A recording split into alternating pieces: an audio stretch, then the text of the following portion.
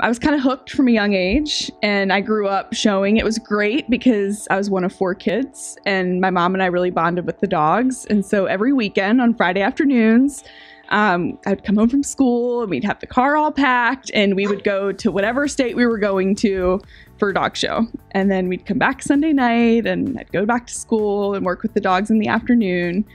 So I got really into it and I loved it. And that was my time with my mom. So what kid doesn't want to leave to go out of town, get away from their sisters, you know? I mean, I love my sisters, but so yeah, so we left every weekend most of the time. And then I got into sports and I did some other normal stuff in my teenage years. But once I really decided I wanted to show dogs, like that was a passion of mine, I wanted to find my own breed because Irish setters are great, but if you've ever been around them, they're a little free-spirited and they kind of do things on their own will.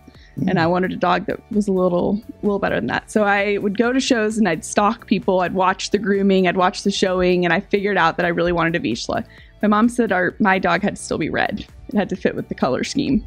So we had Irish setters. I always wondered how you found Vizslas. Yes. It was the color. It was the color. And I'll never forget, like I saw this woman showing this dog. The dog's name was Kinsey. And I mean, the poor woman, because I just followed her around all the time. Like, I want Kinsey. And then 2 years later, she called me. I was 14. They had a litter. They had this great puppy available. And I'll never forget, my mom and I went to pick him up from the airport.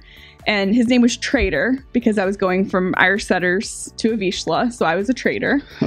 And he sort of started me on this whole new path. And he was my dog. So I invested everything into training him, showing him. He was sort of my pal. He was the only one who would ride with me when I got my license because nobody wanted to ride in my car when I was driving, but my dog.